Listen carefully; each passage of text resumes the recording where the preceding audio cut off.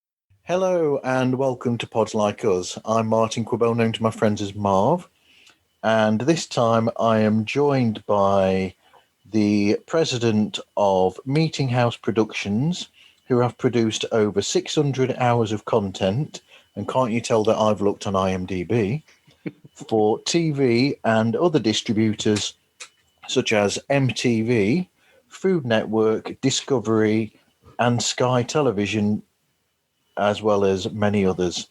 And their company is behind shows such as The Osbournes Want to Believe. My guest this time is Jason Cilo from the podcast Fullcast. Which podcast is it again, Marv? Pardon? Which podcast is it again? Fullcast and Crew. Oh, right. Thank you, Jason. Marv, people don't know that Marv records like 15 of these in an afternoon. So if you were Marv, you would forget what podcast you're talking about too. I want everyone to understand that. Yes, I do them all in a block. Well, thank you, Marv, for having me. As I joked with you prior to this call, I think you're one of the hardest listening podcast fans I've ever encountered. And you really do your part to support the medium in a way that is really meaningful to people who do what we do and try to make a podcast that's interesting to anyone, really. So I'm very thankful for all of your efforts and for having me on. It's very enjoyable to just not have to do anything except respond to questions. I never get to do that. I'm really looking forward to it. I'm just trying to introduce people and to use an old 60s term, I'm trying to turn them on to something new. Absolutely. And thank you for speaking with me today, by the way. Of course, my pleasure. So, how were you first introduced to the world of podcast?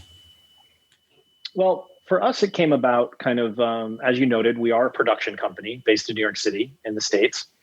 And, we produce content for television networks and streamers and for the internet.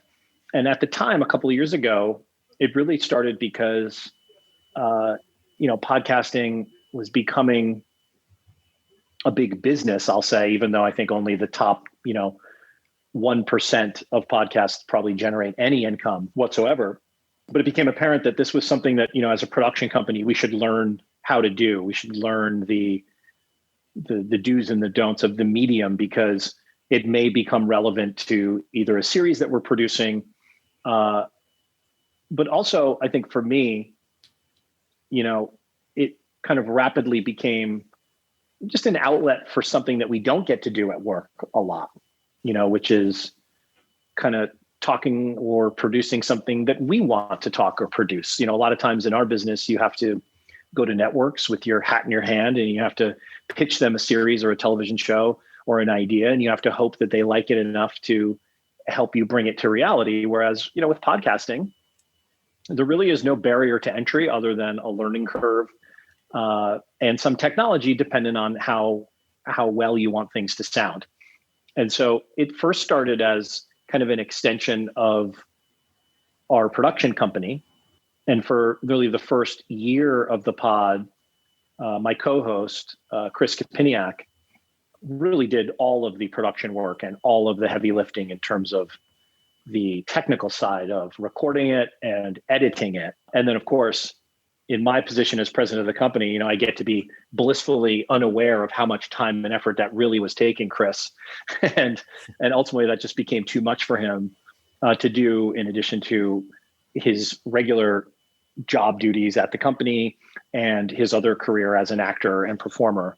And so when he, stopped doing the podcast, I was kind of faced with that moment of, okay, well, am I going to figure out how to do this?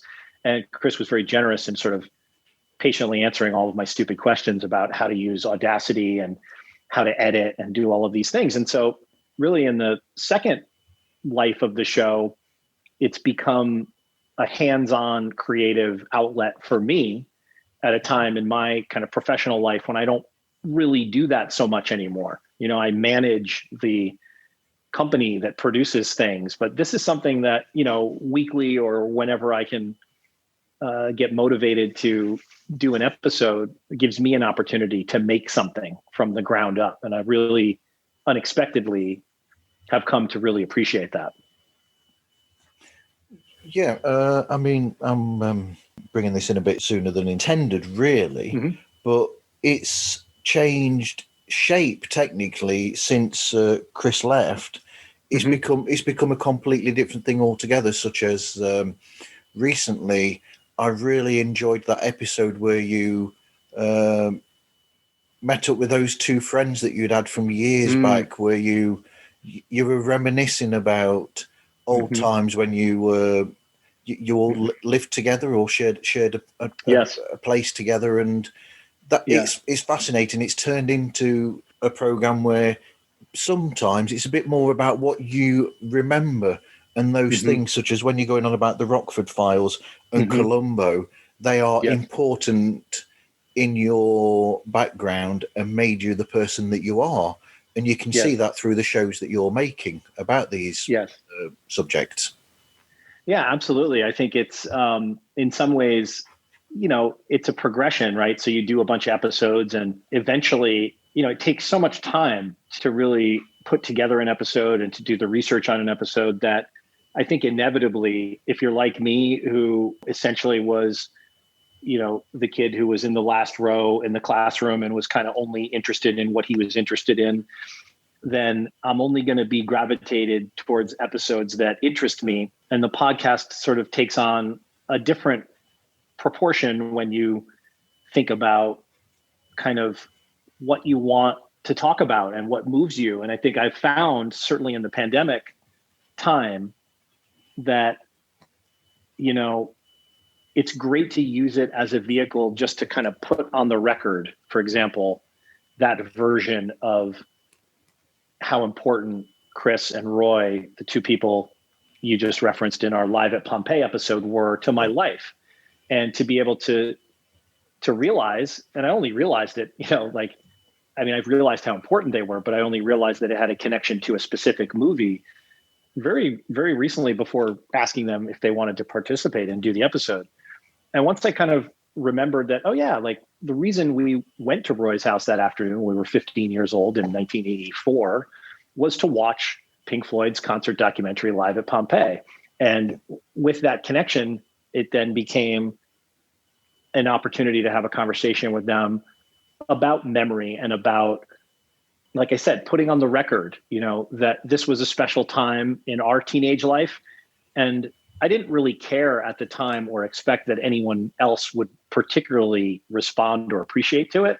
I just thought, I'm doing this for us and for me and for these two guys. And if they like it and if they feel that it's worthwhile and that it kind of accurately captures a version of that history, because I think it's also interesting that I wouldn't say it's the truth of that time. It's just kind of our memory of that time, right? And I think a lot of things with movies and TV shows for me end up kind of being about that, where you can think about what was going on in your life when you responded to something. So it has changed, and I think that's part of the evolution of it. I think if it didn't continue to change, I'd probably lose interest.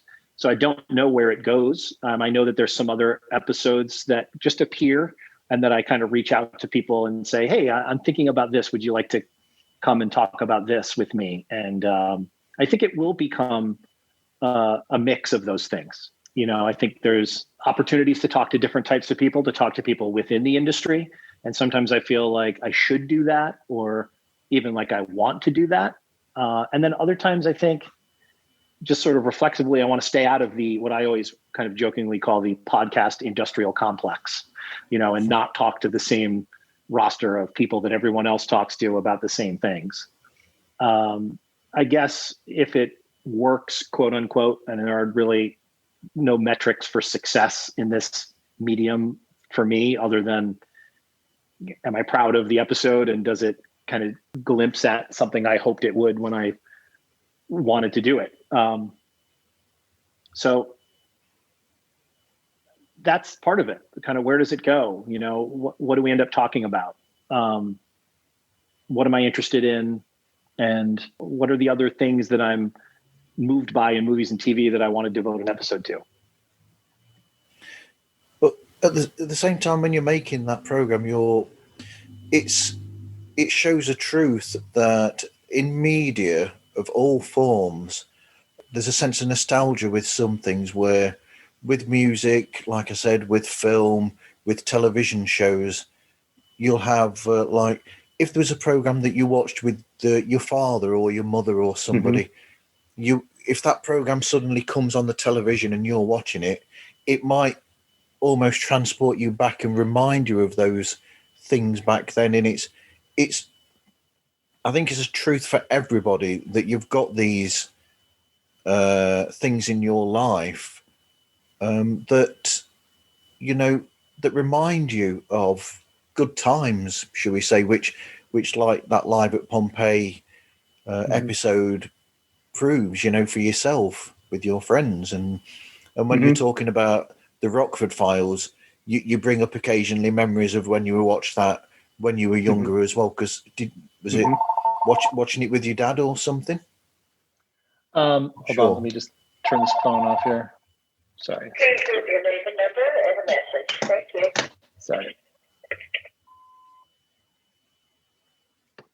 Sorry. When that rang, I thought it was going to be one of those voices at the end of the Rockford Files recordings. That would have been perfect. I should have set that up.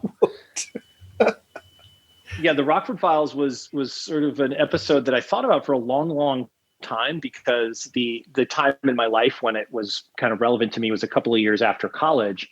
And it was, in retrospect, it was kind of a pivotal moment that, of course, at the time, I didn't really understand what was sort of in the balance. But, the show was a comfort to me during that time. And I kind of debated a lot about like how much I wanted to get into that in the episode. And I think in the end, I sort of decided to present it, speak to it without really kind of wallowing in it, in other words, because it was so personal. But I think you're right. So many people have such visceral reactions to movies that we watched as kids or teenagers or adults.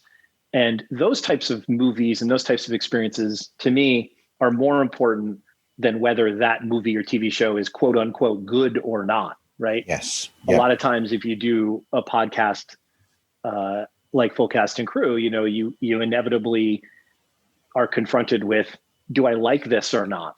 And there are things we've done episodes on that, I wouldn't say are what my definition of a successful or good movie is per se, or that I was particularly moved by it or enjoyed it.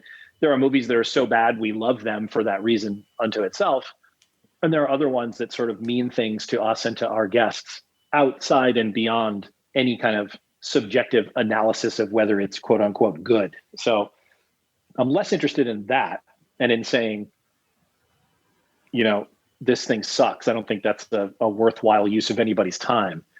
But I'm more interested in both talking about things that I respond to and trying to find a way to do that isn't just about me, that can present it to people in some way that they too respond. Like, I think, you keep mentioning the Pink Floyd episode, and the feedback from that was so positive that I think it worked, that whenever you're truthful about something and honest about something, and people can hear that and they respond to it because they have their own version of that.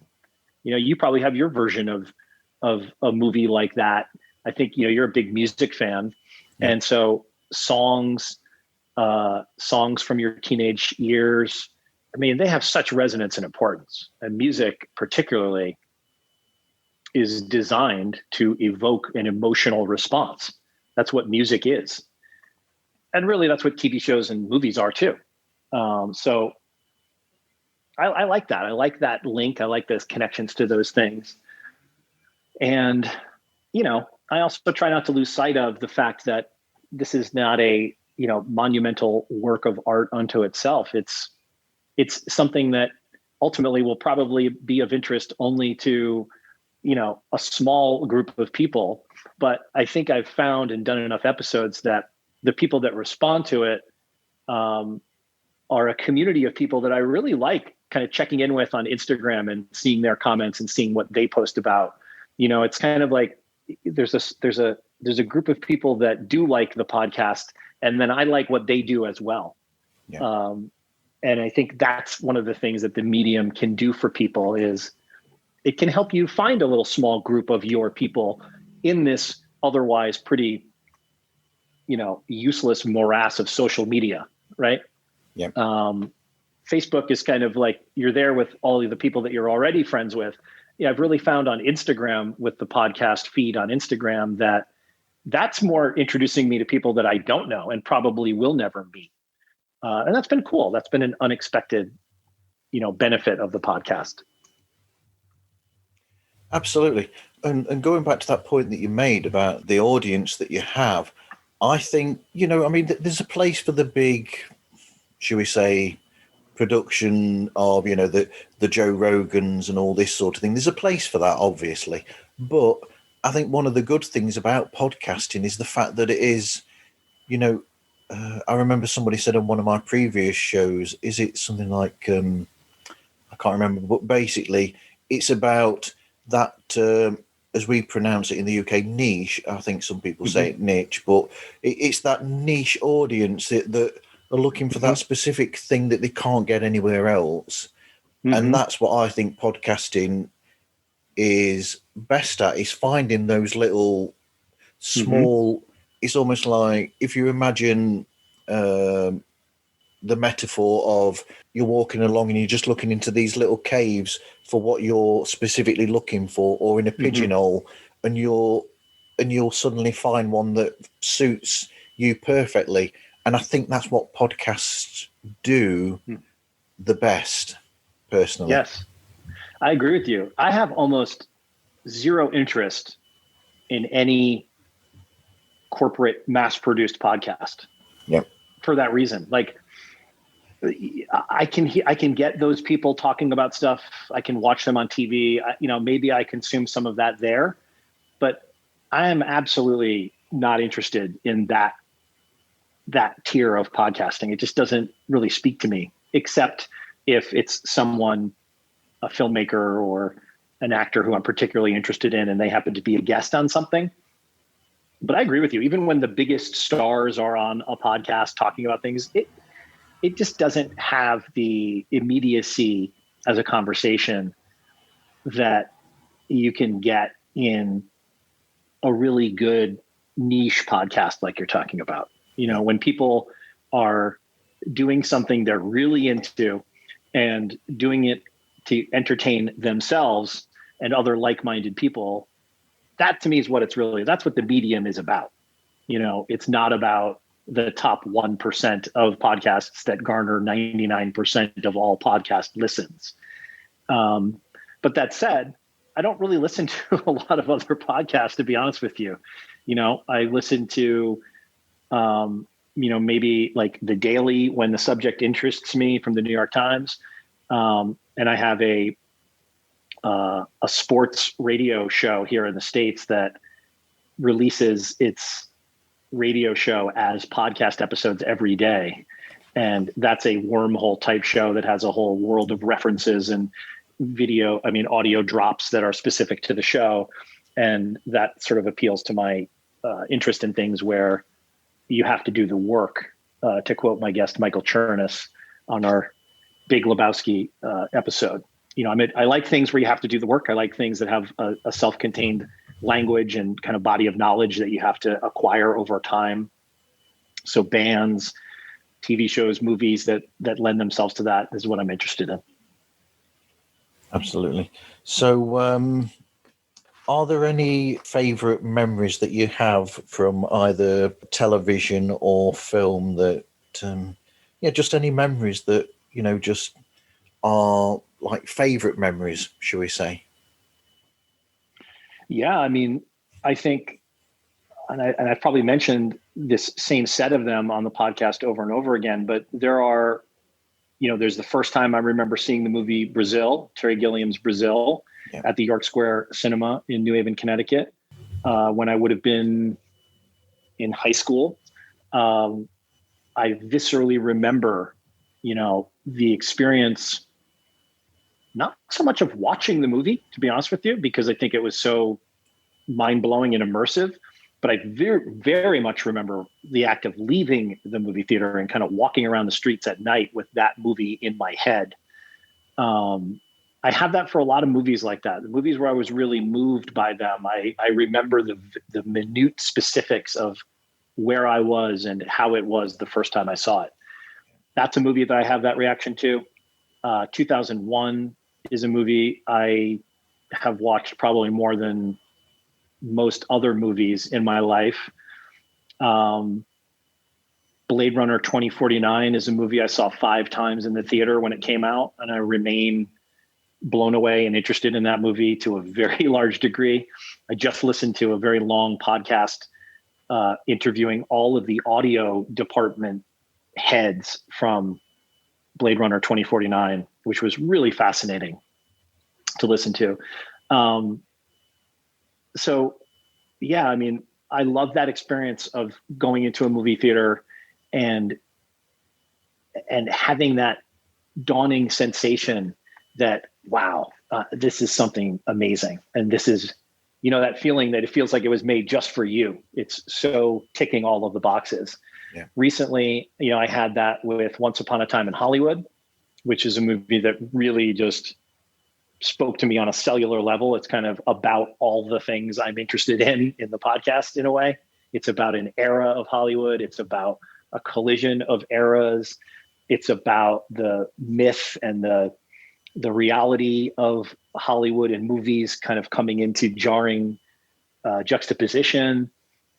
That was a movie I sat in and was so grateful that, that came out pre-pandemic and I could have that experience. The Irishman was the same thing, just moments of really being blown away and in awe of the masterful use of the art form. I haven't lost that appreciation, and I remain open to the experience whenever it happens. On the TV show side, I go in jags. Like I'll get into a show. Usually it's really, as you've probably seen on my, the Instagram post for the podcast, like it's a lot of European shows, a lot of French TV shows.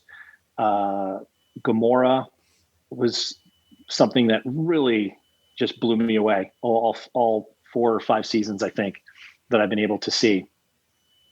Was an incredible TV series.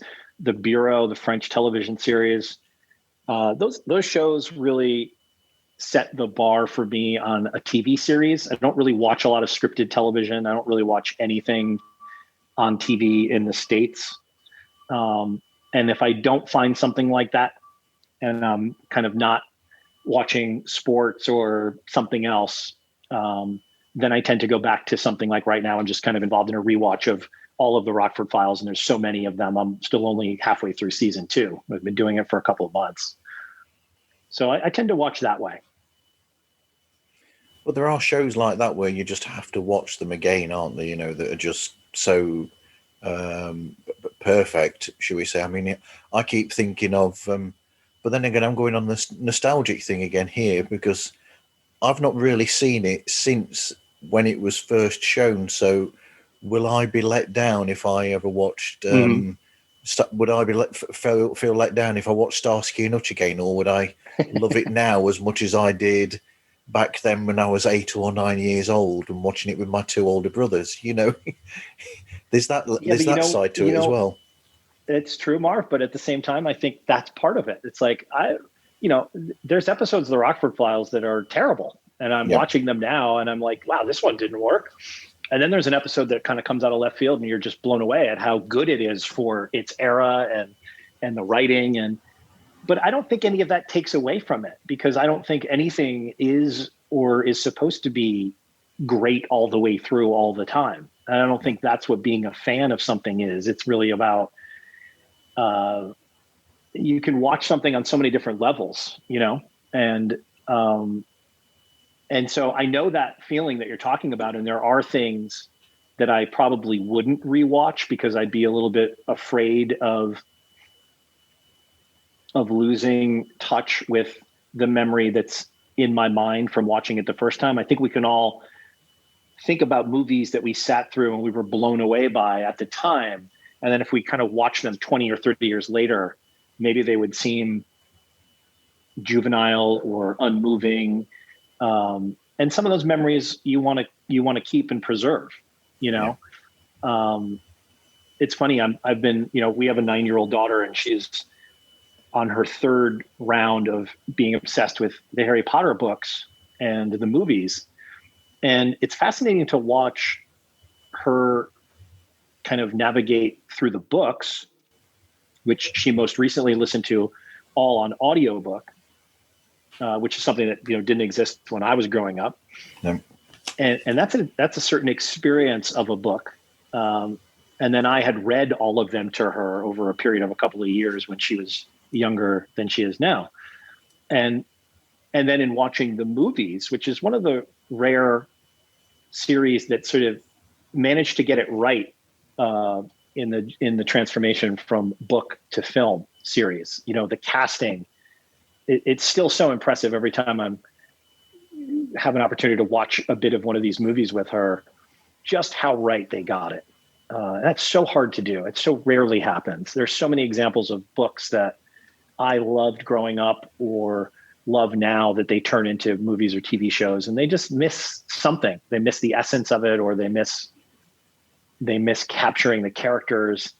And there really is very little distance between the characters on the page in J.K. Rowling's books and the portrayals on screen. And they don't cancel each other out. In some ways, sometimes it's like once you see the movie, that's the only way you can see the character. This comes up a lot in like crime series because I'm a big fan of crime fiction.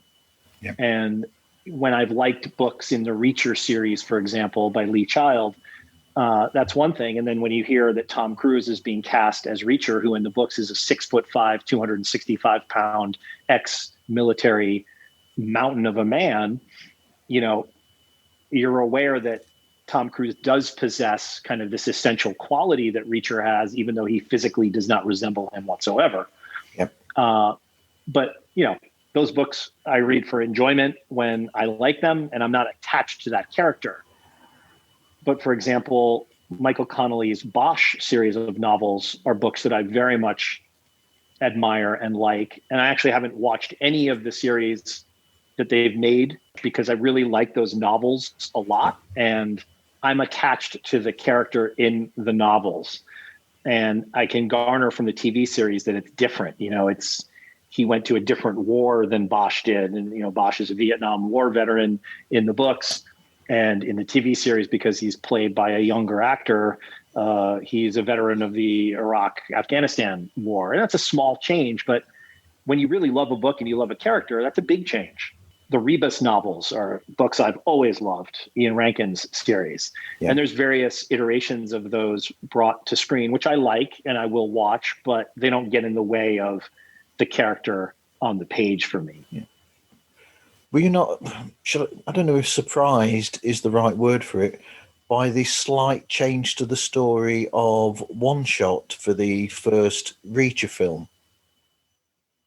I wouldn't even remember what the slight change to the story was, to be honest with you. You know, the film, I think the film had some moments, but it just didn't really gel as a film, No. in the way that it could have. So I think I watched this movie as more of a curiosity than something I expected to be the launching of a franchise, Well, in the book, you've got the character's accused of the murder, and initially in the book, Reacher actually believes that the person is guilty of the actual crime, and it's only towards the end of the book that there's a twist where he realizes that the guy couldn't actually have done the murder or committed the crime.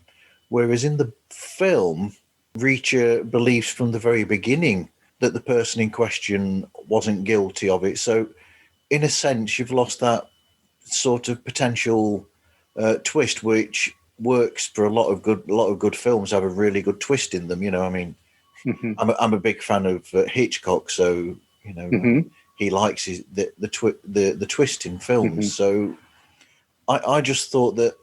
Because One Shot is possibly one of my favourite Reacher books. Because I mean, I look over to my right now, and in my current reading that I'm waiting to read, I have 9 Lee Child books at the side of me. 9 that you're waiting to read. Yeah, yes, because I do nearly 70 hours a week, and I do this podcast, and you've already mentioned They my pile listening. up. He puts them out pretty frequently too. Yeah, he does. Interesting. Yes. I had an occasion to work with Lee Child once on a TV show about 13 years ago. Well, he used to be a TV producer. He used to be a TV producer, and he is a UK national who's lived in the States for a number of years. And what was funny was the show that we were working on was crime fiction writers talking about true crime stories. It was a good show. It was kind of probably ahead of its time. It would probably do very well right now when true crime is such a big business. At the time, this really wasn't a thing.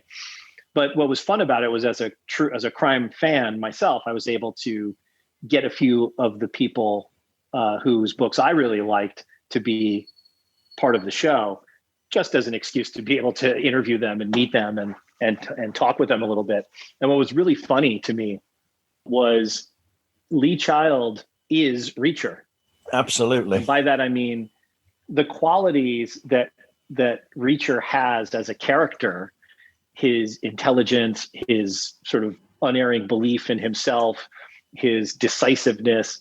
These are all qualities that, like, Lee Child, who physically does not resemble this badass, ex-military cop character, but Lee Child is that. And it was one of the first times I had an occasion to understand a little bit about some authors who have found a way to put their worldview into a character. And that's why the character is so indelible, is that Lee Child's really just writing how he would think and react to situations he's not he's not fighting off 10 guys on a daily basis or ever, but his process, the way he is in something like a TV interview setting, it has a lot of similarity to some of the Reacher personality traits. And I've always thought that since then. I was like, that was so amazing to kind of be around him and see oh, he's just like that character. That's how he does that.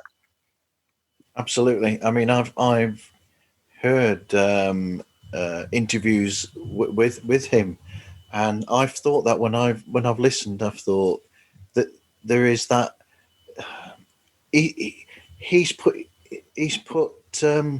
the personalities are both the same. He's put himself into the personality of Reacher.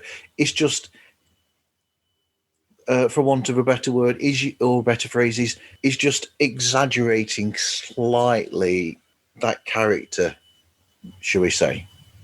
Yeah, he's taking things that he's interested in and a personality that he sort of possesses. Like, he wasn't difficult, but he wasn't a pushover. He was prickly in a certain way that really reminded me of the character. And because I had known of the books and had read the books before this one day that I, worked with him on this show, it wasn't off-putting, and he was not. I don't mean to imply in any way that he was rude or a difficult person, but it just was very striking at the time, like how like his character he was.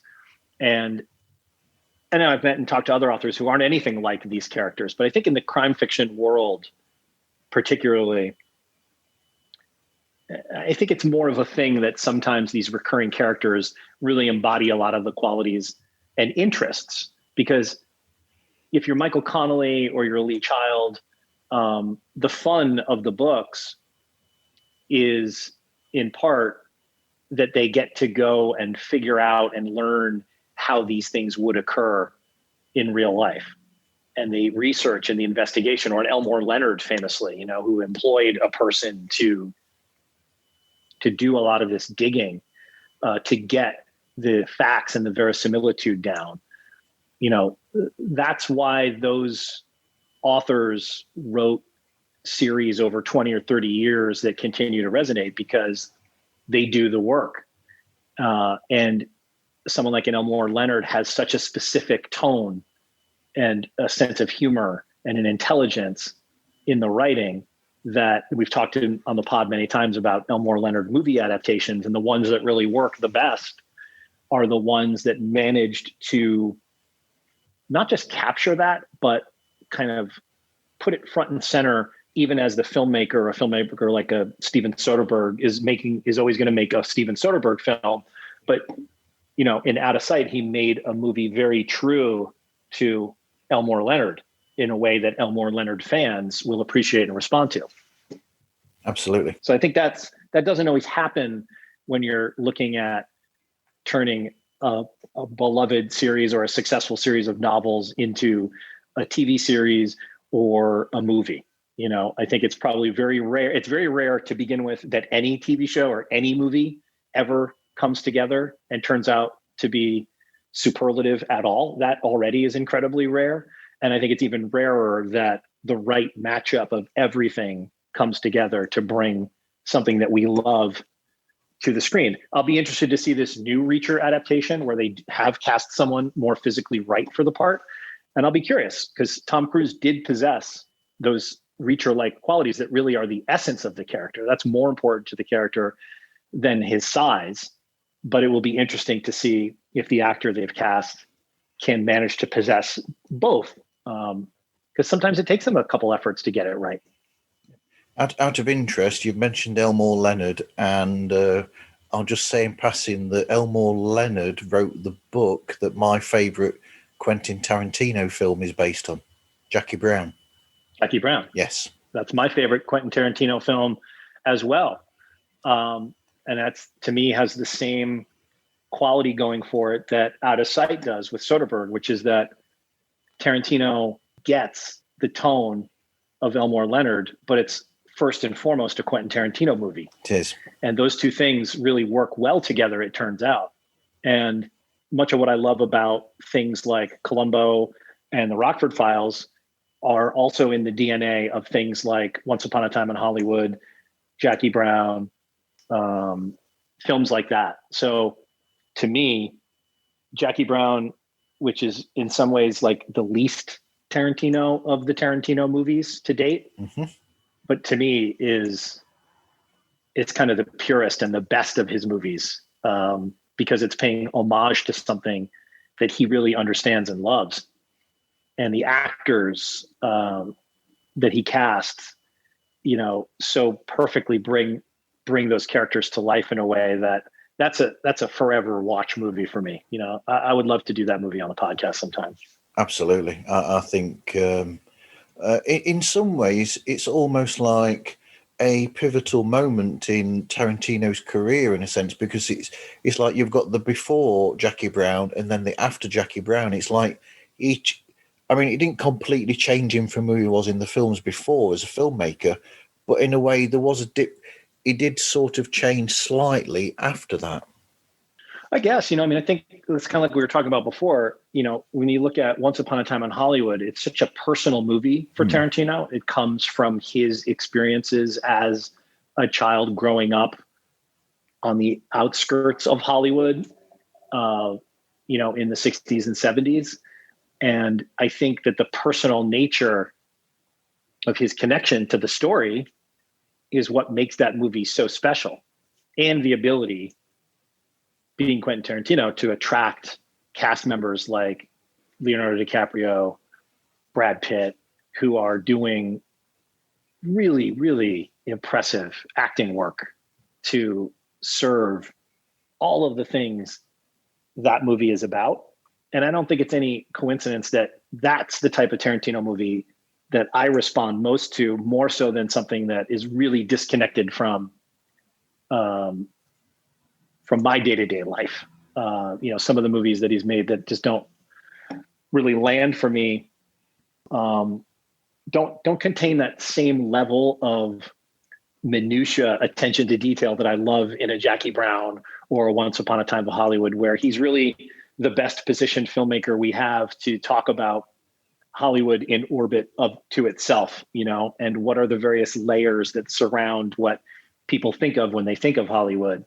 That's like something I love about the Rockford Files, is it doesn't take place in the Hollywood of Los Angeles. It takes place in the real locations of Los Angeles that real people who live and work in Los Angeles frequent. It's not taking place in the glamorous side of it. And that's true of Jackie Brown, and that's true of Once Upon a Time in Hollywood, which, I think for Tarantino started out of this appreciation for, I think it's Burt Reynolds and his longtime stuntman, and the relationship that he saw that they had. Yeah. And here's Burt Reynolds, who's the star, and then this stuntman who's in some ways doing the hard work of the movie and taking the beatings and the abuse, is the guy who goes back and lives like Brad Pitt's character does, in a trailer somewhere less glamorous than where the star is living.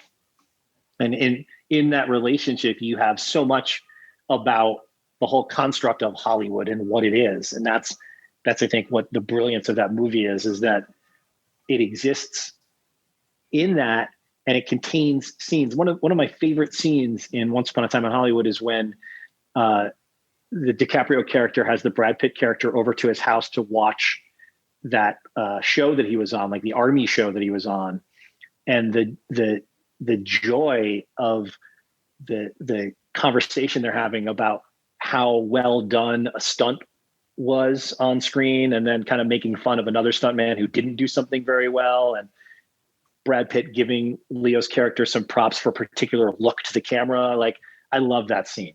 I think that's such a scene that speaks to just the soul of that movie. And sometimes Tarantino we hear him talk, or you see his presentation of himself, can be so kind of jarring and off-putting. It's hard to wrap your arms around, but the movies themselves, and particularly that movie and Jackie Brown, I have so much appreciation for them. I love the music, the soundtrack. Like, they're really movies that exist on so many levels: the audio, the sound design, the color palette of everything. It's just, you could watch them over and over and over again, and they're never going to run out of things to show you. Absolutely. So how do you choose what subjects you end up talking about on your show then, the films and the television shows? Well, sometimes, like I said, they come up out of something that I'm particularly thinking about or interested in at the moment. Sometimes they get forced upon me in the best sense of the word. Recently I had two hilarious comedians on, Heather Thompson and Marianne Sirik, who for years have been bugging me to do Practical Magic, which is a movie I would otherwise never watch myself, because they love Practical Magic, and it's such a huge and important film to them.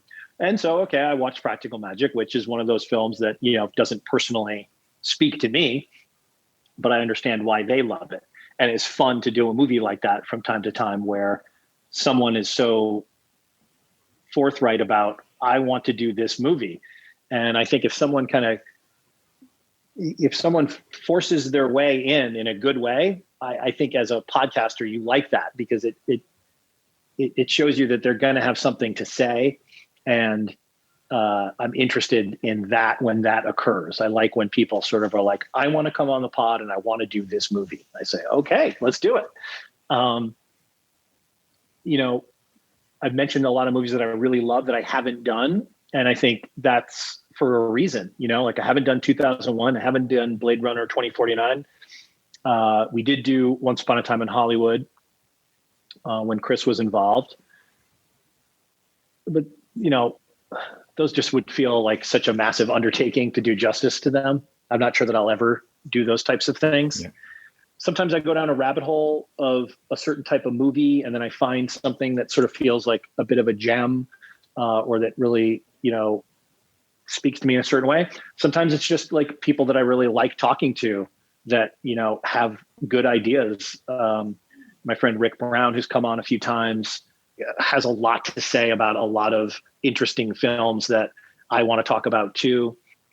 Sometimes it's like having somebody like Lee Wilkoff on, which is really one of my favorite episodes we've ever done, is such a treat because you're talking to someone who's got decades and decades of experience working in movies and TV and has such a unique perspective as a result of being kind of a day-to-day working actor, that more than just getting funny anecdotes from them about, stars they worked with, you're immersed in kind of how cool it is. Like, it's show business, and that's still like cool and fun. So, I want to do things that are interesting to listen to first. I'm kind of agnostic about where that comes from or where I find that. I'm not going to do it just to do it. So particularly now in the pandemic, where it's a little bit different. When we were in the office, we used to record the episodes in our office. It was very rigorous weekly schedule. We tape every Thursday, and I think for the first year of the podcast, we didn't miss a week's release. And in the pandemic, it's been a little bit more hit or miss. But I think in that first year, it was important to kind of do that to build whatever audience we're able to have. So, it's just kind of what I'm interested in, who presents themselves as a worthy guest, and sometimes who sort of just fights their way in and says, hey, I want to come on and do this. And to your point earlier, I think now there is a part of it where eventually I do want to talk to a lot of the people who are important to me in my life, friends, family, professional people. Like, it's enjoyable to use movies as a way to connect with people that you have appreciation for, but maybe you don't always, find it easy to let them know. I think it's a great way to stay connected to people and to remind yourself and others of the connection you have to people. And it's a lot of work, as you know. So that's why it's not something I just do lightly. If you're going to put the time into preparing, watching, taking the notes, doing the digging, finding the clips, finding the right music cues, editing it all together, getting it up for the release, managing the days post-release, making sure that it's getting at least in the hands of the people who have the potential to maybe get it a little bit of a broader audience who you might have referenced in a given episode. As you know, that's a lot of work. And so it's only really worth it to do that if you're invested in what you're doing. Absolutely. There's a few points to pick up from what you've just said there, actually. And one of those is, while you're talking there, I thought, when you do shows where you have got guests and you're doing films such as The Practical Magic, it reminds me that when I used to go to cinemas with friends, or even now when I go to cinemas with people or to the cinema to watch films, it's the shared experience sometimes that can occasionally alter your perception of the film, and it adds that different, much like I said earlier on with the nostalgia, it's got that sort of edge to it. And so if you see that film now, are you inspired by their excitement about the film? Does it change the way that you look at that film? Absolutely. I mean, I know going in, right, without really knowing yet, that it's probably not a movie I'm going to love. I may be open to being wrong, but you know, I'm going into that purposefully to celebrate Marianne and Heather's love for the movie. That's my goal. My goal is not to have fun, because I know that they are going to love the movie and they're going to press me for my opinion about the movie, and that there's going to be comedy in the tension between the difference between those two approaches, right? Yeah.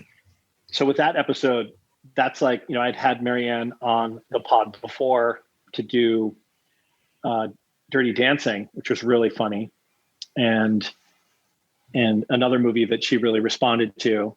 And Heather has been one of the people that her social media feed during the pandemic has been consistently hilarious and moving and so funny. And so, that's an episode where it's a great excuse just to record something with the two of them. And I know it's going to be really funny and enjoyable.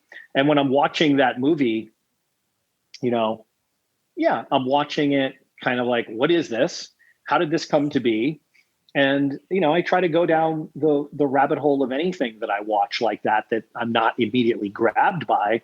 But of course, once you start digging in, there's plenty of interesting things behind the movie itself and who directed it and what's going on. And, how jarring the tone shifts can be. There's like, all of a sudden there's this like domestic abuse section in this otherwise kind of, playful movie about sisterhood and witchcraft. And there's just a lot of jarring tone shifts that are kind of retroactively amusing. And it's so 90s that I enjoy that too.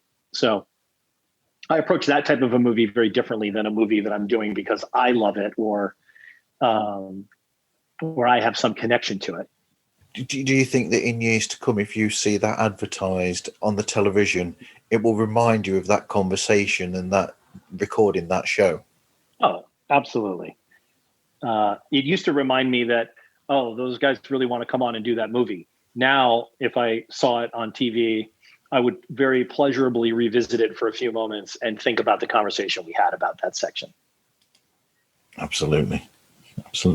So what sort of research do you do prior to recording the show, and how do you actually arrange the guest that you have on the show? Well, on the research side, it starts with a watch or a rewatch, right? That's always the starting point. I try as much as possible to have one, if it's a rewatch or a first watch, I try just to have that first one just be a watch. I don't take notes. I don't stop down during the watching of it. I try to experience it like a viewer first, then if I'm doing it, I will watch it again and take notes, and or my second or subsequent watch will involve the behind the scenes materials that might be available on a Blu-ray or a Criterion. So if there's a making of, if there's a commentary track, my second watch or my third watch will be absorbing all that information. And then there's obviously the internet component, which is Googling available articles and anecdotal information about the making of. We make a lot of great use of IMDb, and that's where the name of the podcast derives from, because the full cast and crew page is a rabbit hole unto itself where you can be into a certain movie, and then you're kind of like, well, what else did Bob Hoskins do? Let me go look at this part of his career. And then you're reading other kind of actors' career highlights. And so there's a lot of that type of research.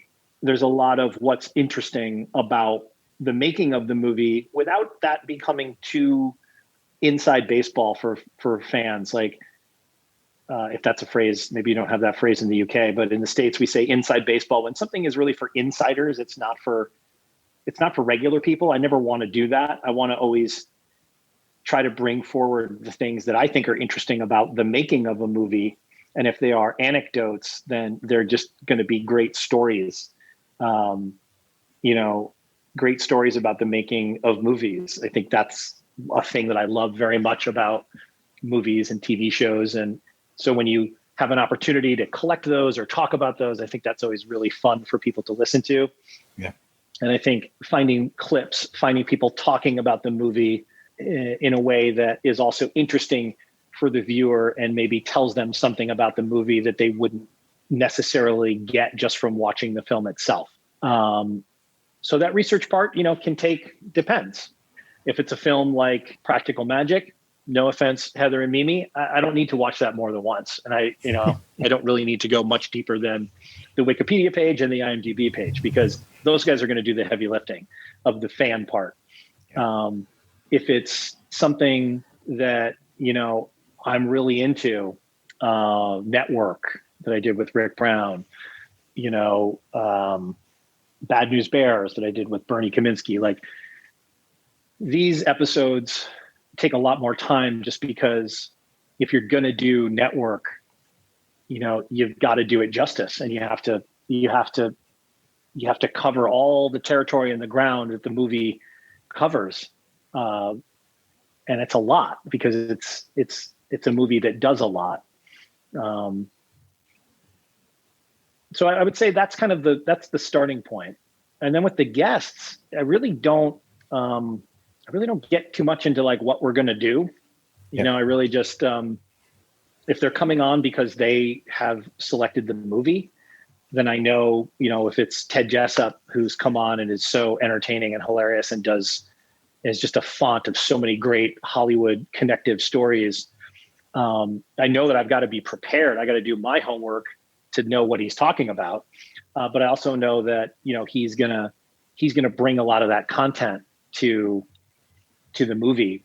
So the guest part, I try to be prepared for them.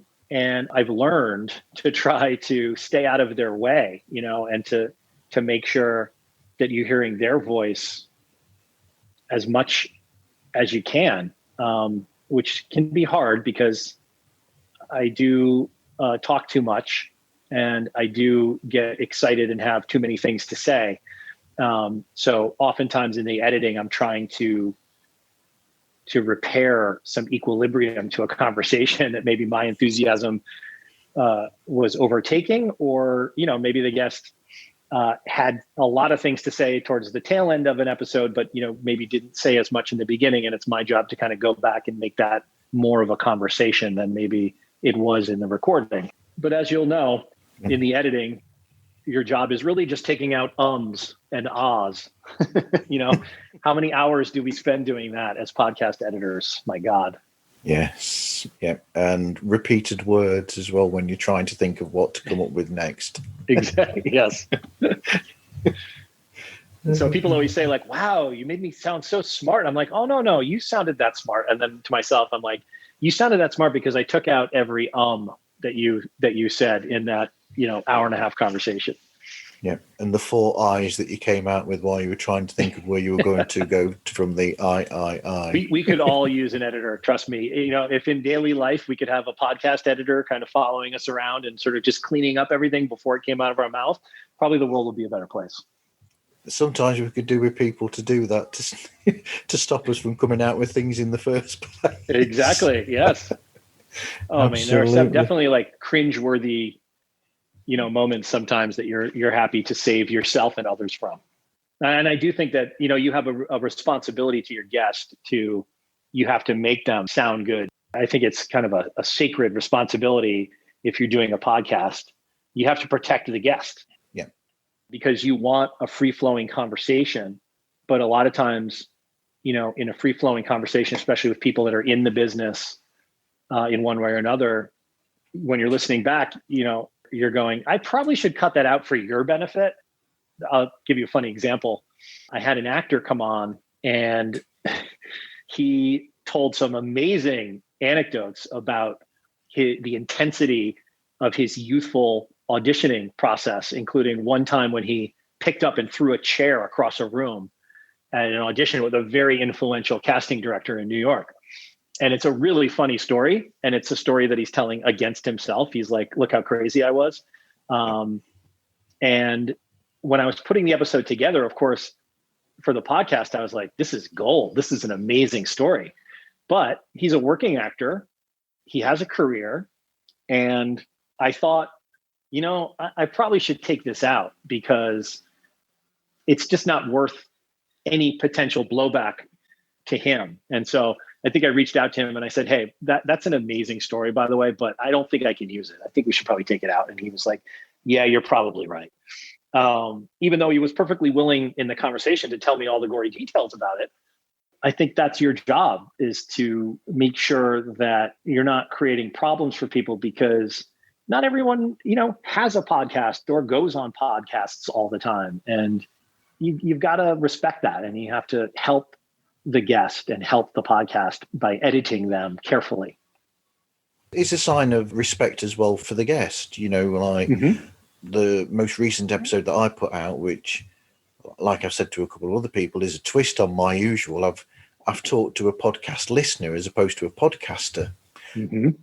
And I was saying to them that I always think it's a sign of respect that I listen to people's shows before I reach out to them, or I try to, because it's just respectful to do that. That you're basically doing the research, and then I know what the show's about for the most part up till then. So it's easier to approach somebody to talk to them as opposed to just blindly going up to them and saying, look, I know nothing about your show at all, but do you want to be a guest on mine? And it's exactly.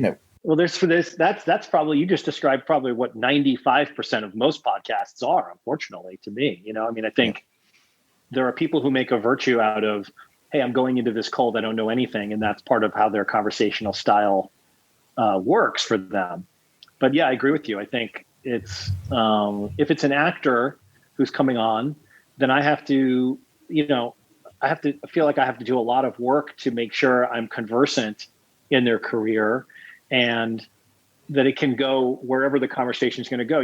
When Lee Wilkoff came on to do his first appearance, where we really covered a lot of ground about what it was to be a working actor and the life of a working actor, his career, he had so many credits on IMDb that you couldn't possibly watch all this stuff and be conversant in all of his roles, but you could find a good amount of clips online of great little character turns that he turned in on TV shows like Heart to Heart or Beverly Hills Bunts or other great, short-lived American television efforts.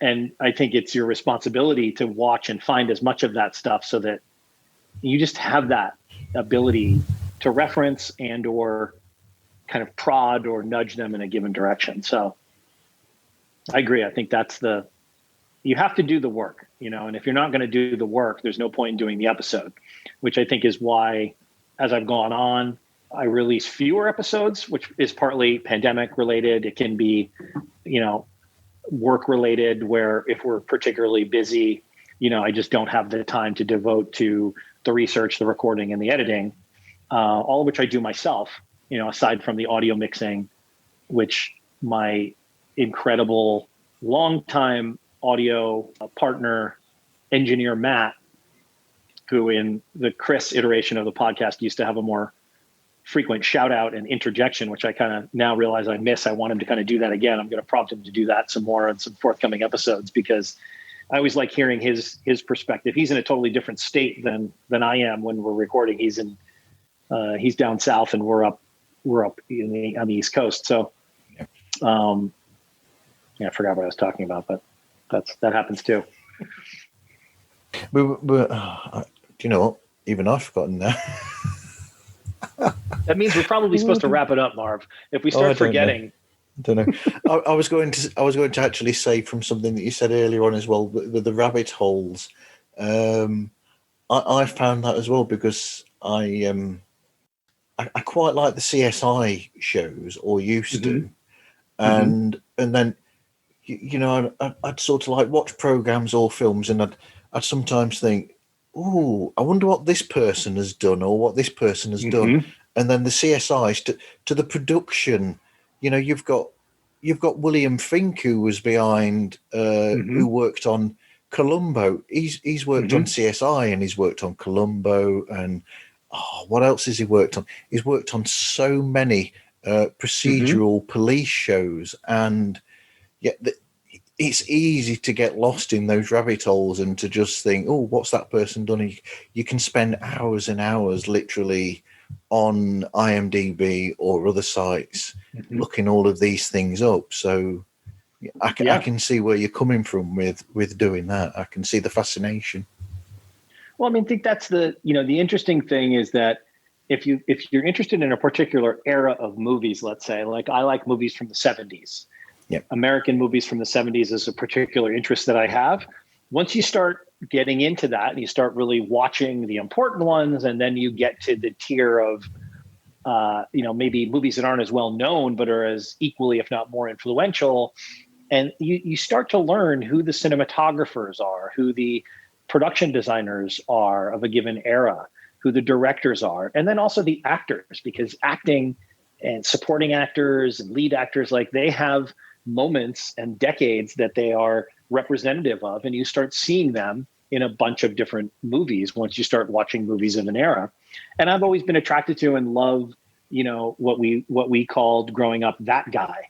That guy is the character actor that's in every movie whose name you probably don't know unless you're an obsessive like we were.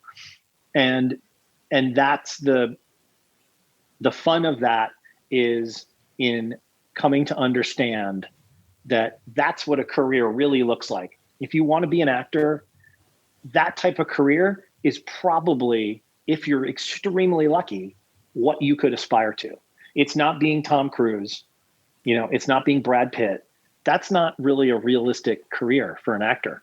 But a working actor who has 100, 200 IMDb credits across multiple decades on multiple TV shows and movies, if they have that because they fit into the ecosystem in a way and they get along.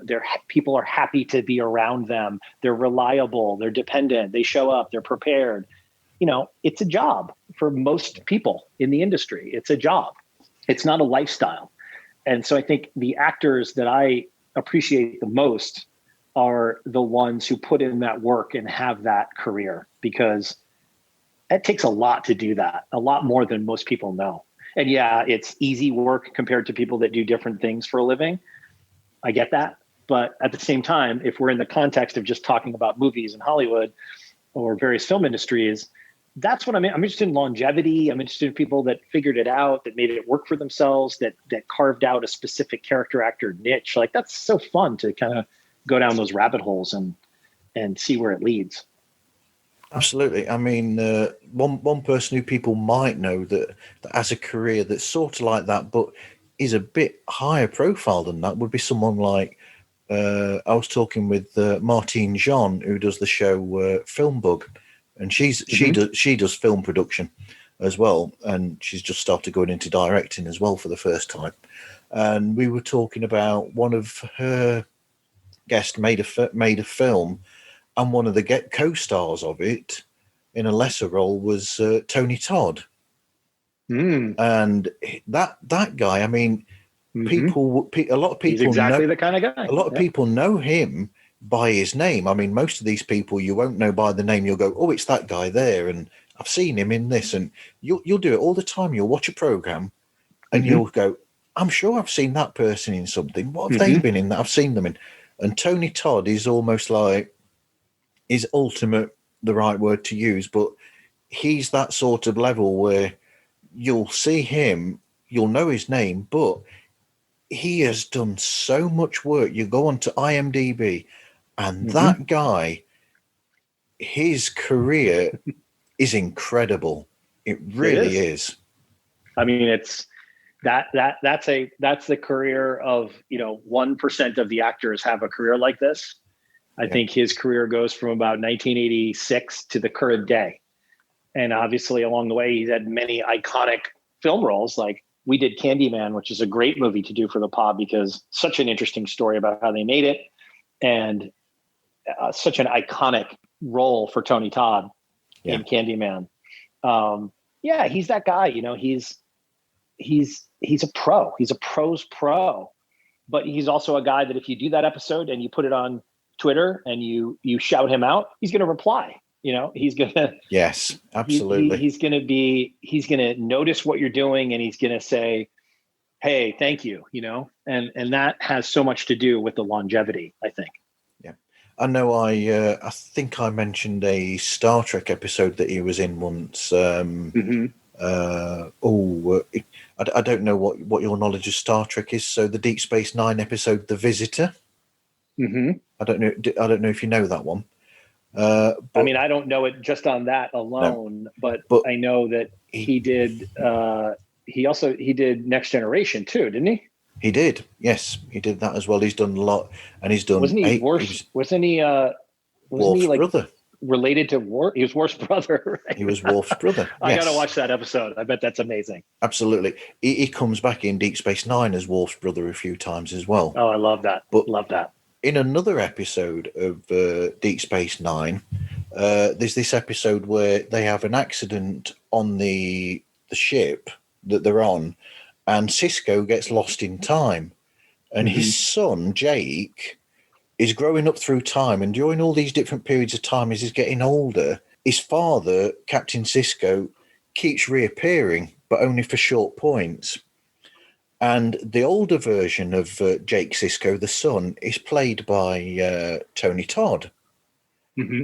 And the performance that Tony Todd puts in there is one of those very few moments where it emotionally caught me. And it's just so heartfelt. And because at one point he knows that, he knows that he's about to die. That character that Tony Todd is playing, the older version of Jake, and he's dying because to do that, I mean, this gives away the story, but to do that, I mean, of course, before going into the episode, it's going to be okay because you've got all these seasons afterwards. Right. So he's going to die because for him to die, it breaks that that loop that they're on, or that problem that they've had. That's the cause of it, is that they're continually linked to each other through time. And if he dies, it stops this altogether.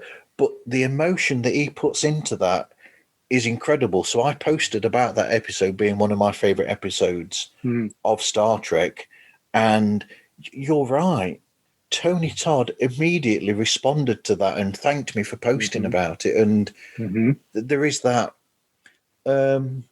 He's just a normal guy who will respond to things, and he is a working actor that just happens to be, the Candyman and all these other good roles as well. But he's just a jobbing actor who's found really good roles now and then to play. Well, I think if Tony Todd's a guy. I mean, you could put him on Broadway in the highest quality, most intellectual play that's about weighty, thorny issues, and he is at home there and has done that. He's been in television probably for 40 years. He's been in movies for the same. He's just one of those guys that can do all of those things. And I think we forget. And one of the few good things about, I'd say, the internet or social media, at least, is what you're talking about, which is, if you're Tony Todd and you turn in that appearance on Deep Space Nine, he's doing so many other things, and it's easy to forget or overlook that he turned in some real acting there that moved you and moved other people, right? Yeah. And it has value. And I think you can't forget that all of these people, anybody involved in any creative enterprise or any job really, likes to hear that someone responded to what they did. I mean, that's kind of most of the time as an actor, that's almost all you get, unless you're in the 1% of actors who make 99% of the money.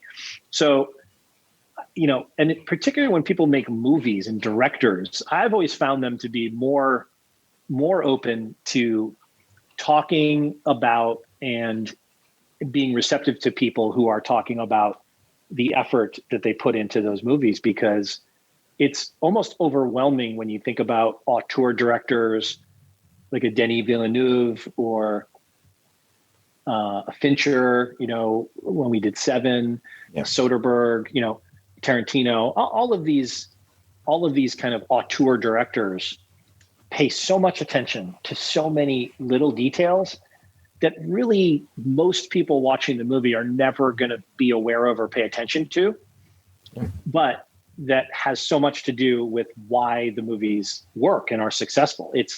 That's the job, is paying that kind of attention to everything and having a vision and being able to communicate that vision to various departments on a TV show or a film so that what you're looking for can be achieved, because no one person does anything in any of these situations.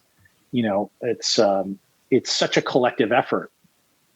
When I was recently, listening to that podcast about the audio department on Blade Runner 2049, one of the things I was struck by is that they said that Denis Villeneuve never gave them like technical specific information. He always gave them his reaction as a viewer to what he was feeling, to what he heard or saw on the screen. And because he was giving them his emotional reaction, they were able to use their skill set to go solve what the problem was. As opposed to if he gave them a very highly technical answer, like, I think that the mids are too high in the scene and the bass needs to come down here, then it's like, as a technical craftsperson, you're just going to go do that thing that the director said to do, which is very different than him saying, I think one of the anecdotes is like, he said he felt like he was in sort of a 90s TV show. And it was kind of a funny moment, but the guy said, I knew exactly what he meant and I knew exactly how to go fix it, where I wouldn't have if he gave me a highly technical answer. So I've always found that more people than not react to and respond well when you point out that you recorded a podcast and talked about a piece of their work that you really appreciated. I mean, that's happened so many times in the life of the pod, and it's always just a fun little aside when people whose work you admire and appreciate kind of chime back and say like, hey, I see you. Thank you. That's great. That's happened a lot. I always enjoy that. Absolutely. Definitely. So you've already mentioned the next one, which was about recording and editing. That was on the list. So the show music and the clips, how did you go about getting those? Again, it's just the show music, I think, came because as a production company, we use various services that have production music. So I think that was just searching the Warner Music library that we contract with and finding a theme that sort of felt both jaunty, non-pretentious, and had sort of this portent of something interesting is about to happen. So the theme kind of ended up really, really doing that. And I think makes me happy whenever I hear it still, which I guess is a sign of it's a good theme.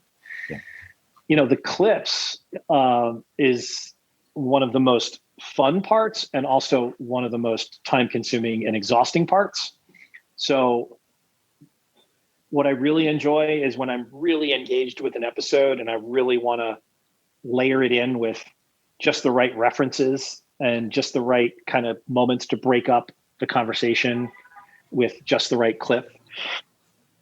I really enjoy finding that. I enjoy less all of the work it takes to get it into the episode.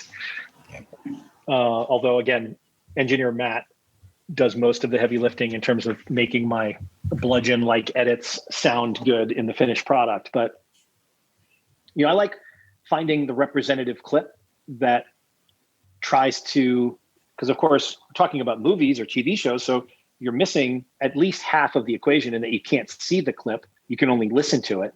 So you have to find a clip that, maybe requires people have some familiarity or do a little of the heavy lifting to figure out what's going on. But you also have to make sure that you've set it up well enough in the conversation. So oftentimes in the early iteration of the show, we actually watched the clips in real time while recording and then went back and swapped in the clip in the edit so that we could have kind of real-time reaction to clips. But I think it just sort of turns out to, Chris and myself just being kind of like, wow, that's amazing. You don't really get much, as opposed to if you don't play the clip in real time, people have to talk it into life and talk about their memory of what's great about the clip. And then when you then play the clip, I think it has a more kind of layered reaction for the listener, because it's ticking little boxes that were set up by the anecdote maybe, or the memory. And then the payoff is something that they're looking forward to.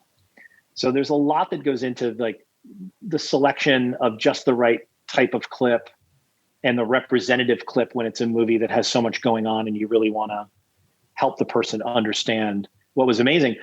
Actually, when we did, one of my favorite movies, Once Upon a Time in Hollywood, there were literally no clips available. Okay. Because the movie had just come out and the control was so tight that I think the only clip they made available for publicity was like the longish Kurt Russell clip in the trailer. And that didn't speak to any of the stuff that I was interested in talking about with regard to the movie. So we had no clips. So I remember being really frustrated with that because, all we could do was just talk about a movie that we couldn't really hear anything from. Although I think we did cut in some conversation between Tarantino and the actors talking about the movie, but that was one where we didn't have the clips to play. And to be honest with you, I don't know if people like hearing all the clips or not. I kind of always just put in stuff that I want to hear that is referenced or that I think is cool or that represents a little bit of a diversion. So I do that part to kind of amuse myself and to really end up making an episode that I think is representative of the movie that we're talking about or the genre or the time period, so that it can be a little bit of a capsule. So that if you listen to this movie podcast episode, you're going to get a little more flavor from the movie itself, from people talking about the movie, and then maybe other things that were happening around the same time. Okay. So what other podcasts do you listen to then, Jason? Well, let me see. This is like when they do in the New York Times, like what's on your reading table, and people always have these really impressive lists that you're like, come on, you don't really have those books on your reading table. You're just trying to sound intelligent. I'm going to look at my phone and I'm going to tell you what's really on there. So I mentioned this sports talk show that I listen to in the States, which is called the Jim Rome Show. I listen to that very faithfully, and I've done so for about 20 years. It's it's a different type of sports talk show, and what Jim Rome does is very specific. His fans are called clones because they're all kind of alike. And there's an entire universe of references and sound drops that really only mean something if you've put in the work to follow this show for as many years as I have.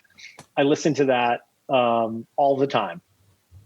The Daily I listen to if I'm interested in the topic, but I've become more annoyed by that lately than I have enlightened. So I tend to skip that. It's Formula One season right now. I listen to Shift F1, which is a Formula One podcast that I appreciate the tone and the pitch of, because it's not too technical or insidery. It feels like something I learned something from about a sport I'm only kind of, I'm cursorily interested in the sport. I like to follow it a little bit, and I find that podcast helps me with that. I listen to a movie podcast called The Business from KCRW sometimes, which has interviews with industry people that are kind of inside baseball, but I enjoy that.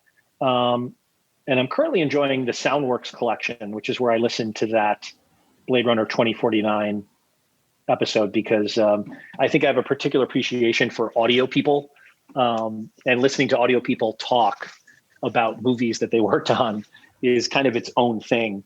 And when I get obsessive about a movie like Blade Runner 2049, I want to hear anything I can. Other than that, I really don't listen to a lot of podcasts. If something comes up that I'm interested in, if everyone's talking about something, I will check it out. But other than that, I'm probably like most people. It's like I have the time that I put my ear pods in and I'll listen to something, but I don't listen to really any other movie podcasts. So, the energy that I have for podcasts is if I'm doing something and I'm listening to something, I have kind of these few that I'll cycle through. Other than that, most of that time and energy would be spent actually putting an episode together to release.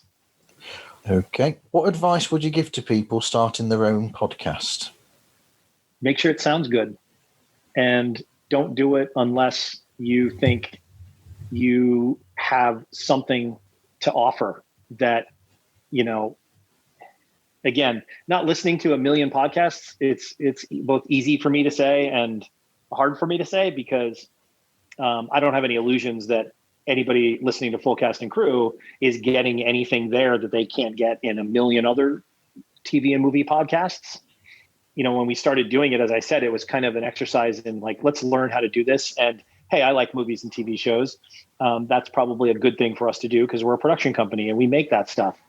But we weren't thinking like, oh, let's do something no one else is doing. Otherwise, we wouldn't have chosen, doing a movie podcast, obviously, because there's so many of those.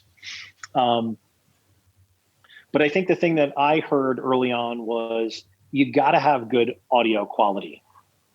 People don't want to listen to something that doesn't sound pleasing to their ear.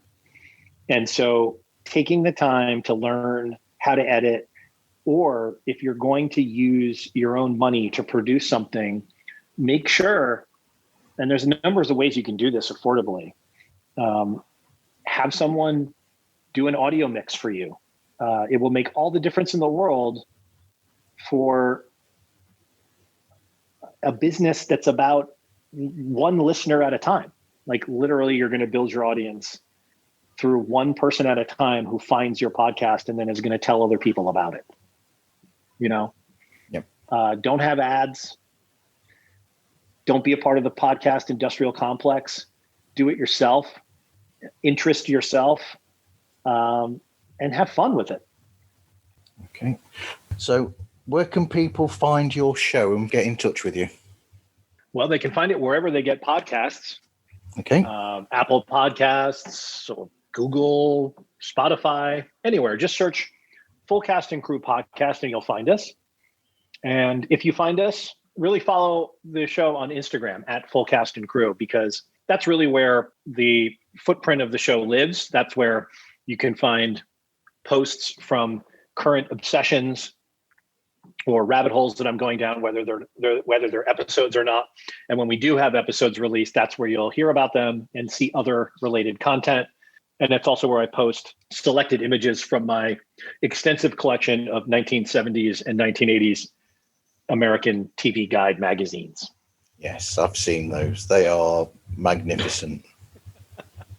Those are probably more popular than the podcasts themselves. I should really do an Instagram account totally devoted to archival TV Guide issues, because that would probably be much more successful.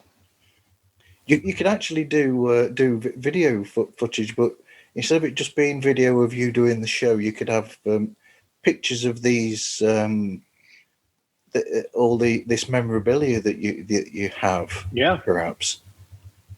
Yeah, I do post that. Like when I'm not watching something, that's when I kind of get into the TV Guide collection, and I just look for really funny ads from the time. Like there was a thing I posted yesterday that's like an ad for a Don Rickles comedy stand-up special that's so weird. It has the strangest lineup of guest stars. It just feels so 70s TV, So I love looking through old TV guides for that reason. I love the ads that are so strange, and the cover art. To your point, it's kind of, back in the day, kids, that's how you had to figure out what was on TV. You didn't have an on-screen guide. You had to literally subscribe to this little miniature magazine that came to your house and told you with some degree of reliability what was going to be on when. And that's how you learned about shows, and that's how you that's how you learned when to tune in for the things that you wanted to follow. So I love going through those and posting that, and people seem to always get a kick out of the funny stuff that we find there. Absolutely. Anyway, thank you for speaking with me today, Jason. It's been lots of fun. Marv, thank you so much. You've always been someone who noted and appreciated the podcast. And I want you to know that is noted and appreciated by all of us who do podcasts. It really, the only thing you really get out of doing this is when people notice what you're doing and respond positively. And it means so much when people take the time not only to listen, which is one thing, but then to also take the time, like you very religiously do, and promote and post about the shows that you're enjoying. And your fandom is really what podcasting is all about. So it's a pleasure to participate in the meta exercise of being on a podcast, talking about a podcast. That appeals to me. So thank you, Marv. Thank you. That's appreciated. Thank you very much. Thank you. All right. I look forward to listening. I mean, I don't look forward to listening because I hate listening to myself, but I'll look forward to seeing it come out. Whether or not I listen, I don't know. I'll see how I feel on any given day. We shall see. Well, you won't know if I put that bit in that you asked to be put into the post credits. Otherwise, that's true. I'll have to listen just for that. Absolutely. All right. Thank you, Marv. Anyway, thank you everybody for listening, and hope you listen again to another episode of Pods Like Us.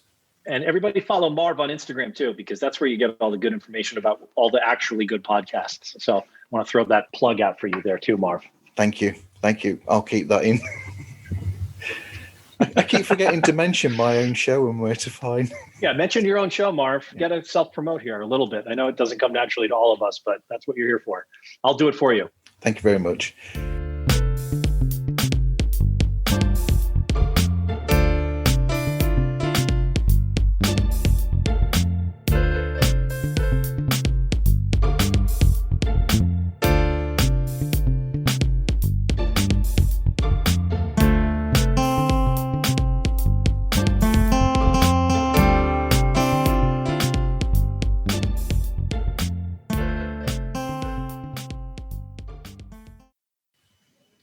Okay. Yep.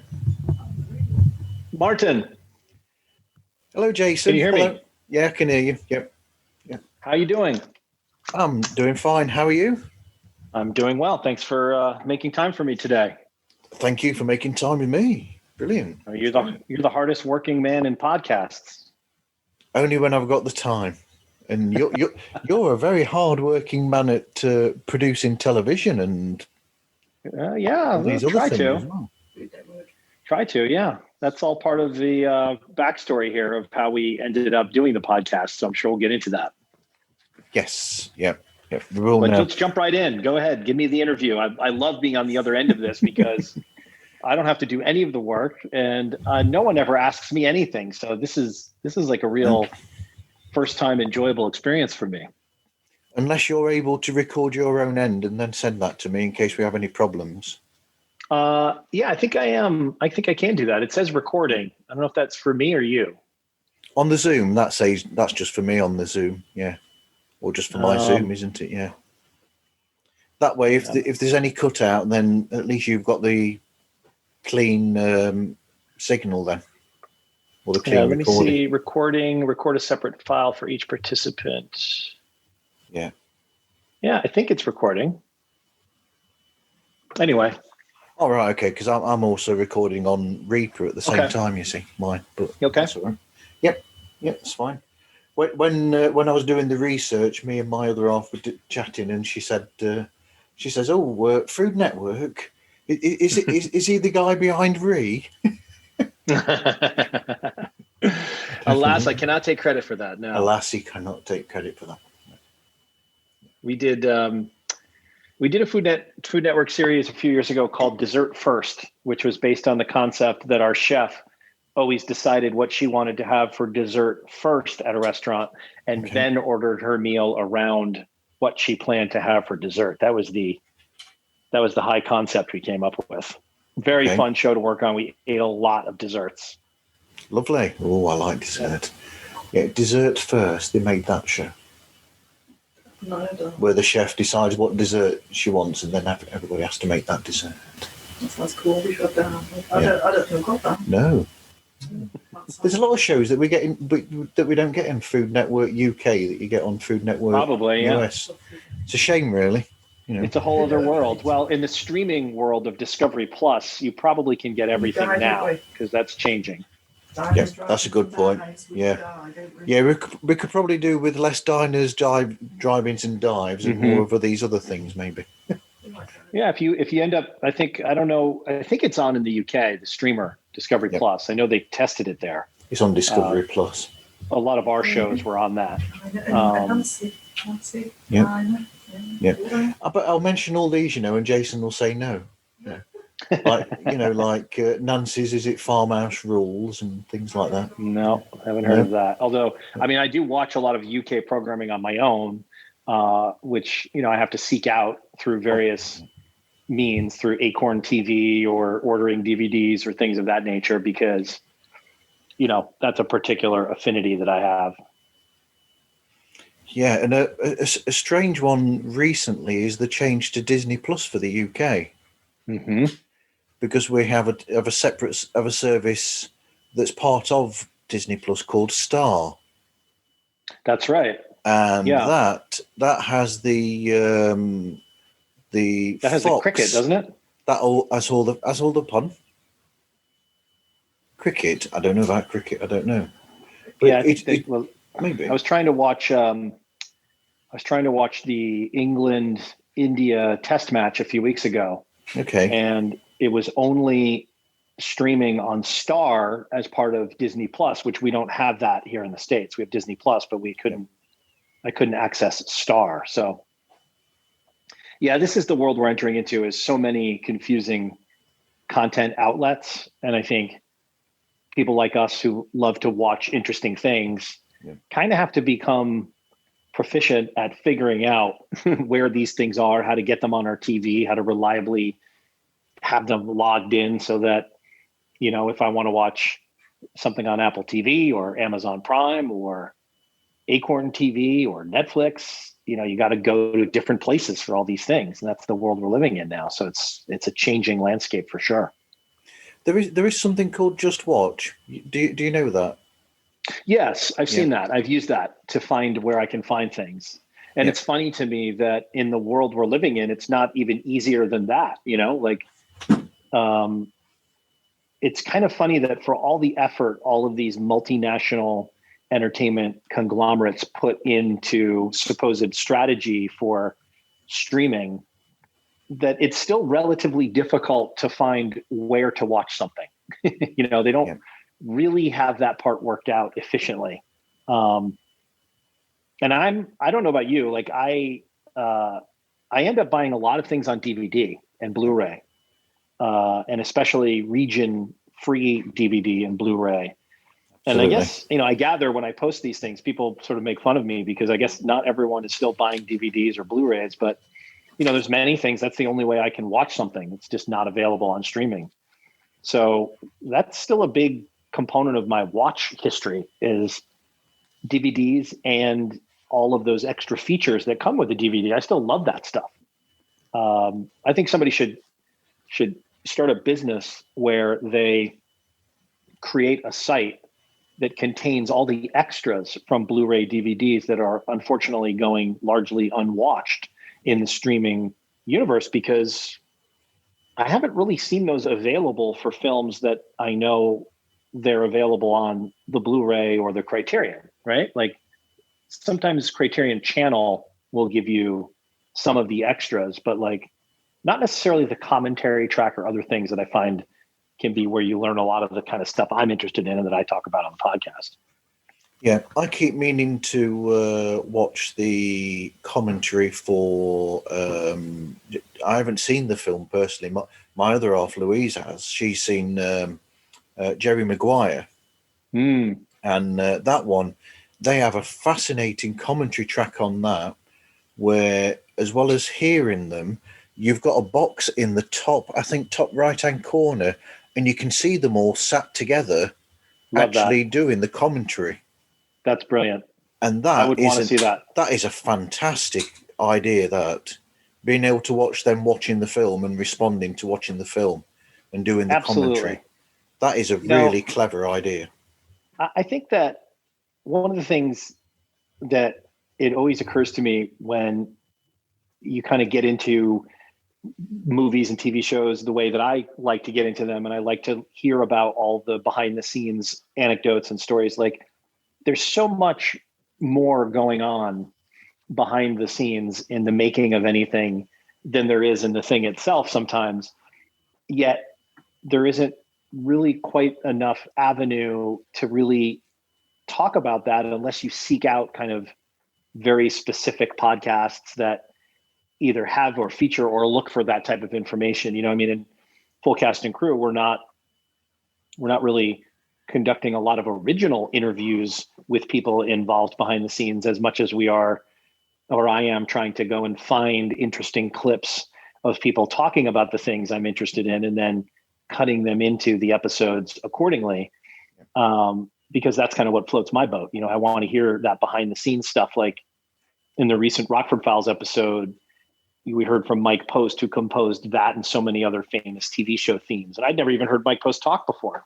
No, I loved that.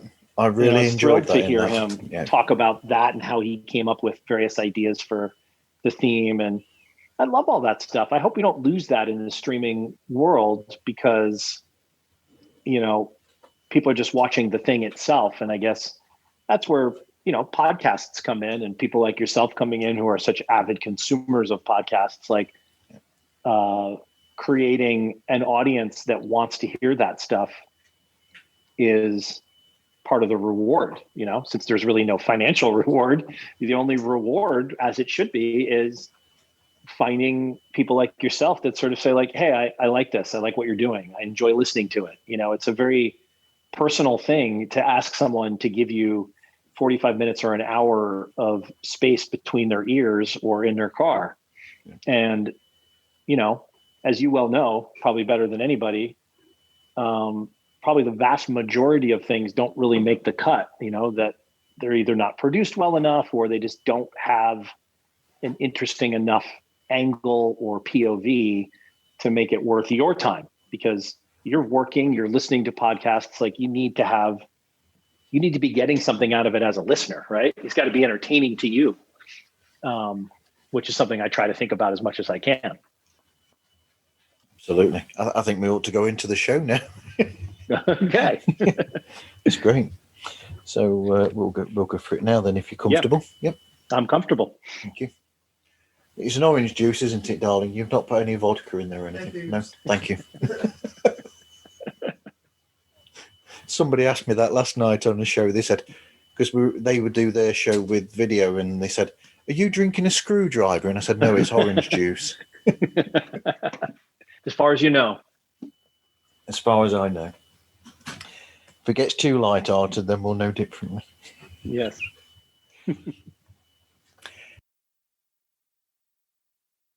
I'm going to quickly nip to the toilet, if that's okay, Jason. I'm sorry.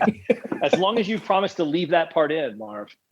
Okay, I will. Well, not the part of you going, not a part of you actually going to the toilet, no. but just the suggestion that you're going to go. You know, as long as you don't clean that part out of the final product. It'll be in the post-credit sequence. Oh dear. Back in a moment. Sorry. Okay.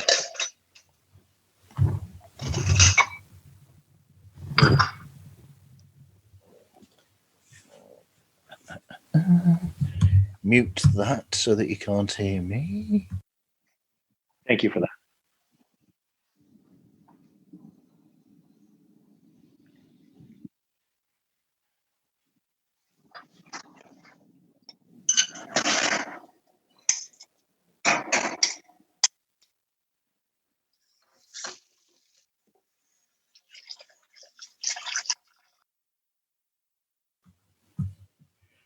I'm back.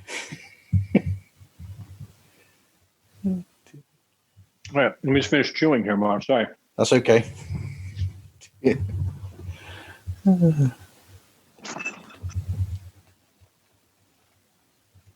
right.